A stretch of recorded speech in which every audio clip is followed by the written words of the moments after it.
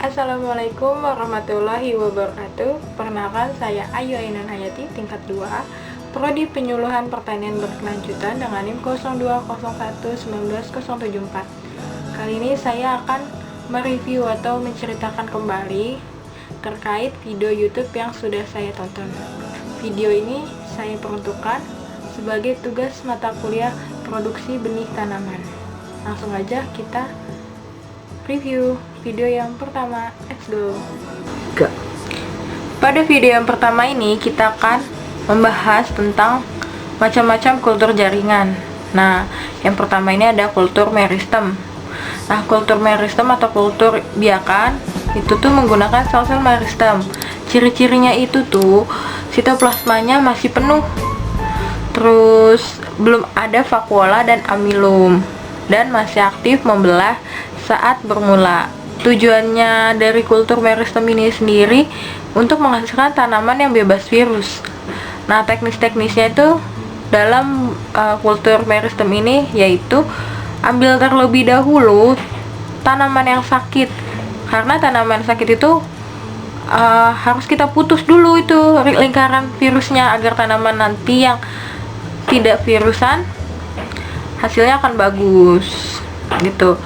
Lalu ambil pucuk yang ukurannya kira-kira 5 cm, kemudian disterilkan dengan alkohol atau ZPT. Nah, media yang digunakan biasanya media cair, tetapi bisa juga menggunakan media padat ya. Nah, gunakan mikroskop karena untuk mengambil bagian meristemnya itu, dan ambil titik tumbuh dan pasang primodia daun. Lalu gunakan pinset yang lancip atau yang ujungnya bengkok. Lalu potong menggunakan scalpel yang ujungnya lengkung agar lebih tuntas, dan kemudian isolasikan dengan hati-hati. Gunakan media yang lunak atau agak cair, lalu lapisin atasnya itu kertas filter. Sudah meristem tumbuh dengan normal, lalu explant itu disubkulturkan ke media kultur pucuk, yaitu dengan media agak keras, lalu diberi ZPT untuk penggandaan. Lakukan pengujian virusnya dengan menggunakan ELISA, enzim link immunization assay. Lalu ada teknik hard treatment, dilakukan sebelum explant itu diisolasi. Ini menggunakan suhu yang agak tinggi, sekitar 35 hingga 40 derajat Celcius. Atau tanaman yang di dalam pot diletakkan di dalam growth chamber yang suhunya tinggi. Nah, itu tuh diletakkannya selama 1 hingga 2 minggu dengan kriteria sudah muncul daun baru. Lalu selanjutnya ada kultur pucuk. Kultur pucuk ini perbanyakan dengan menggunakan pucuk ya. Pucuk tanaman yang digunakan itu harus sehat dan sudah memiliki daun atau menggunakan tunas samping atau buku yang belum bertunas. Tujuannya itu untuk pembibitan dalam jumlah banyak, massal, sehat, berseragam, dan cepat. Nah, bahan tanamnya itu kultur pucuk ini, explant itu diambil dari tanaman yang sehat, subur, lalu di screenhouse atau dari lahan. Nah, persyaratannya itu true to type harus dipatuhi karena diperlukan untuk sertifikasi. Pada tanaman dikotil diambil dari pucuk tanaman atau tunas samping sepanjang 0,5 sampai 1 cm. Pada monokotil diambil dari umbi, rizom, kom, sucker, dan lain-lainnya. Medianya itu meliputi yaitu disesuaikan dengan jenis tanamannya masing-masing ya. Lalu ada pada umumnya itu digunakan media dengan konsentrasi agar 5-10 gram per liter dengan pH-nya itu 5,8 kecuali anggrek ya. Anggrek itu pH-nya harus 5,4. Nah, perakarannya sendiri menggunakan media tambahan ZPT auxin, yaitu IBA dan NAA. Lalu subkulturnya apabila eksplan sudah berumur antara 3-4 minggu, dipindahkan ke media yang baru. Nah, maksimum untuk subkultur adalah 7 kali sebelum perakaran agar tidak terjadi mutasi. Nah, mutasinya itu mutasi sementara atau off type ya. Lalu ada kultur embrio. Nah, pembiakan ini menghasilkan bibit dengan bahan berupa embrio zigotik atau hasil perkawinan gamet jantan dan betina. Embrio yang digunakan adalah embrio yang siap berkecambah. Mengapa sih begitu? Karena bijinya tidak mempunyai endosperma atau kotiledon. Langkah selanjutnya itu tanaman yang diperbanyak dari embrio secara komersial adalah anggrek. Nah, buah anggrek ini berisi 1000 sampai 10.000 embrio, tetapi tidak mempunyai endosperma sehingga tidak bisa tumbuh pada media pakis atau organik lainnya. Pada pembibitan anggrek, buah dipecah dan dalam kondisi steril ya. Lalu bijinya itu ditabur dalam botol media agar sebagai pengganti endosperma. Dari setiap buah akan tumbuh ribuan kecambah yang selanjutnya tumbuh sebagai bibit tanaman gitu. Contohnya nih, komoditi lainnya yaitu kelapa kopior gitu. Lalu ada kultur embrio somatik. Nah, ini nih kultur tanaman dengan bahan berupa bagian vegetatif tanaman yang dikembangkan menjadi embrio somatik. Nah, ini tuh berasal dari satu sel somatik ya, bukan sel gamer atau yang tadi itu, yang membelah dan berkembang menjadi embrio dan akhirnya menjadi tanaman. Biasanya sih dipakai pada industri bibit tanaman kakao, jeruk, anggrek, dan kelapa sawit. Kelebihannya bisa menghasilkan berjuta-juta bibit tanaman dalam waktu relatif singkat. Nah, itu juga punya kelemahan. Kelemahannya itu sering menghasilkan mutan, bahkan sampai 50%.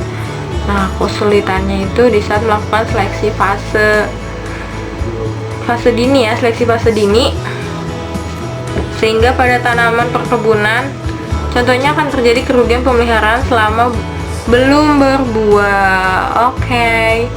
Terima kasih. Kita lanjut ke video yang kedua. Video yang kedua ini menjelaskan bagaimana produksi benih padi silangan.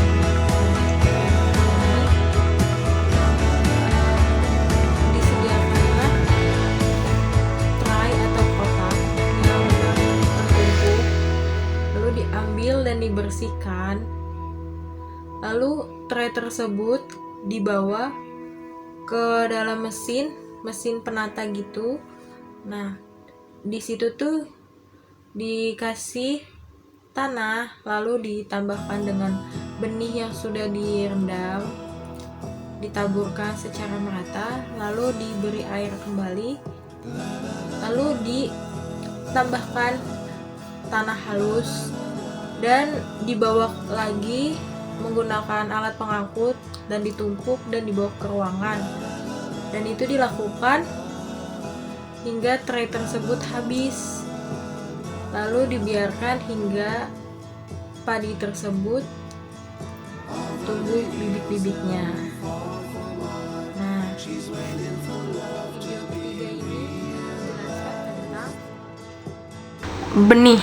Nah, benih itu dibagi jadi dua. Ada benih hibrida dan benih non-hibrida. Benih non-hibrida memiliki arti hasil persilangan antara dua tertua. Nah, dalam hal ini ada faktor-faktor yang harus diperhatikan dalam memproduksi benih. Yang pertama itu ada sejarah lahan. Nah, sejarah lahan ini kita harus mengetahui asal-usul si lahan itu. Harus bukan dari tanaman sejenis, bukan bekas tanaman sefamily, terus juga tidak berdampingan dengan tanaman sejenis. Nah, lalu juga tidak berdampingan dengan tanaman yang tidak dirawat. Yang kedua itu benihnya. Kita harus mengetahui asal-usul dari benih. Kita harus mengetahui kelasnya juga, kelas benihnya, jelas sumber benihnya itu tuh dari mana. Lalu ada sifat tanaman, keadaan tanaman. Nah, yang pertama itu cara penyerbukannya. Dia isolasikah atau serangan penyerbu. Lalu ada kelainan pada bunga. Nah, itu tuh ketidaksesuaian secara fisik dan genetik. Terus ada lingkungan yang mempengaruhi pembungaan. Nah, pada kubis itu tuh memerlukan suhu kurang dari 0 derajat Celcius dari beberapa bulan. Kalau kentang itu tuh suhu yang baik tuh 17 hingga 18 derajat Celcius. Nah, kalau selanjutnya ada keadaan tanaman. Nah, itu dipilih dari indukannya. Nah, itu tuh harus sehat, subur, dan produksinya baik. Lalu ada teknik budidaya. Nah, ada budidaya optimum, itu terdiri dari pemupukannya, irigasinya, serta lingkungan sekitarnya. Lalu ada tanam teratur. Terus juga ada jarak tanam lebih lebar, ada rogging, terus panen saat masa fisiologi. Nah, isolasi rogging ini tuh menghindari penyerbukan saling dengan varietas lain. Isolasi itu dilakukan dengan dua, isolasi waktu juga isolasi pada jarak ya teman-teman. Nah, selanjutnya itu kalau isolasi jarak itu, kalau jagung itu tuh jaraknya 200 meter. Kalau padi itu 2 meter. Nah, selanjutnya itu tuh ada rogging. Rogging ini tuh ada juga istilahnya tanaman yang tumbuh pada tanaman semusim sebelumnya ya. Ada varietas lain, oktap, terus ada juga permohonan sertifikasi. Nah, kalau permohonan sertifikasi ini kita harus konsultasi, menentukan varietas yang akan ditanam, pemilihan benih-benihnya, terus label untuk benihnya tuh gimana, pemilihan area, lalu mengajukan permohonan sertifikat. Nah, alur perbanyakan benihnya itu, benih tanaman pangan ya, itu diatur dalam Permentan nomor 2 tahun 2014. Dan sayurannya juga. Nah, benihnya itu dari benih penjenis, dasar, benih pokok, benih sebar, baru ke petani ya. Nah, kalau alur perbanyakan benih tanaman kedelai itu diatur dalam Permentan nomor 8 tahun 2015. Itu ada benih penjenis, dasar, pokok. Nah, itu tuh hingga generasi kedua. Lalu ada benih sebar. Benih sebar ini hingga generasi keempat yang langsung ke petani gitu. 3. Pada video yang keempat ini menjelaskan tentang teknologi produksi benih jagung hibrida. Nah, akhir-akhir ini pemerintah tuh menggalakkan jagung hibrida karena di luar Pulau Jawa itu terbatas, sehingga mengajak para petani untuk memproduksi hal ini. Nah, produktivitas jagung hibrida sendiri itu 10 hingga 13 ton per hektar. Nah, selanjutnya itu jagung hibrida sendiri tuh memiliki arti, yaitu generasi pertama hasil persilangan 2 galur murni. Nah, jagung hibrida ini dirakit melalui plasma nutfah yang berperan dalam menentukan ketersediaan galur tertua unggul. Nah, setelah diperoleh tuh si galur murninya itu, galur unggulnya itu, langkah selanjutnya itu adalah perbanyakan. Nah, dalam perbanyakan ini kita harus mengetahui syarat tumbuhnya. Nah, jagung ini dapat tumbuh di lahan kering, lahan sawah, lahan rebah, lahan pasang surut dengan berbagai jenis tanah, iklim, dan ketinggian tempat. Lalu, tanah yang digunakan itu teksturnya ringan hingga sedang. Airnya juga cukup. tapi tidak tergenang. Ketinggian tempat mencapai 1000 meter di atas permukaan laut. Lokasinya itu harus sudah terisolasi, baik isolasi jarak maupun isolasi waktu. Nah, langkah-langkah dalam memproduksinya itu meliputi yang pertama, persiapan lahan. Persiapan lahan ini sendiri tuh lahan dibersihkan dari gulma yang dapat dibersihkan dengan cara memberi herbisida, lalu tanah itu dibajak dan digaru. Lalu persiapan benih. Pada benih jagung ini kita membutuhkan 2 indukan, yaitu jantan dan betina. Karena lebih lama pertumbuhan si jantan, maka si jantan itu ditanam lebih dahulu ya. Kebutuhan benihnya itu 1/4 dan 3/4. Untuk penanamannya sendiri, nah itu tuh 1:3, 1 lahan itu untuk si jantan dan 3-nya untuk betina. Nah, seperti tadi dibilang, yang jantan itu lebih lama, maka yang jantan ditanam terlebih dahulu 3 hingga 5 hari ya. Untuk pemeliharaannya, pemupukan itu dilakukan sebanyak 2 hingga 3 kali dengan menyesuaikan kebutuhan N pada tanahnya. Nah, penggunaan BWD diterapkan pada 40 hingga 45 hari setelah tanam, setelah pemupukan kedua. Lalu ada penyiangan dan pembubuhan. Hal tersebut dilakukan dengan cara dicangkul serta menjadikan saluran air atau irigasi untuk menyalurkan air ke tanaman-tanaman. Lalu ada pengendalian hama. Pada tanaman jagung ini, hama utamanya itu lalat bibit, penggerek batang, dan tongkol. Pengendalian ini dapat dilakukan dengan pemberian karbofuran berdasarkan caranya masing-masing. Lalu pemberian air. Pemberian air ini dilakukan jika kekurangan air dengan tanda daunnya itu menggulung. Nah, pada musim kemarau biasanya itu memerlukan 6 hingga 8 kali tergantung tanahnya. Lalu ada pencabutan bunga jantan. Pencabutan bunga jantan ini dilakukan agar tidak terjadi penyerbukan sendiri yang dilakukan sebelum malai bunga jantannya itu keluar. Pencabutan itu biasanya dilakukan pada pagi hari selama pembungaan. Nah, selanjutnya itu ada rogging. Rogging ini dilakukan sebanyak 4 kali, yaitu yang pertama pada usia tanam 7 hingga 15 HST, yang kedua pada usia 32 hingga 35 HST, dan yang ketiga 45 hingga 52 HST, dan yang terakhir rogging panen.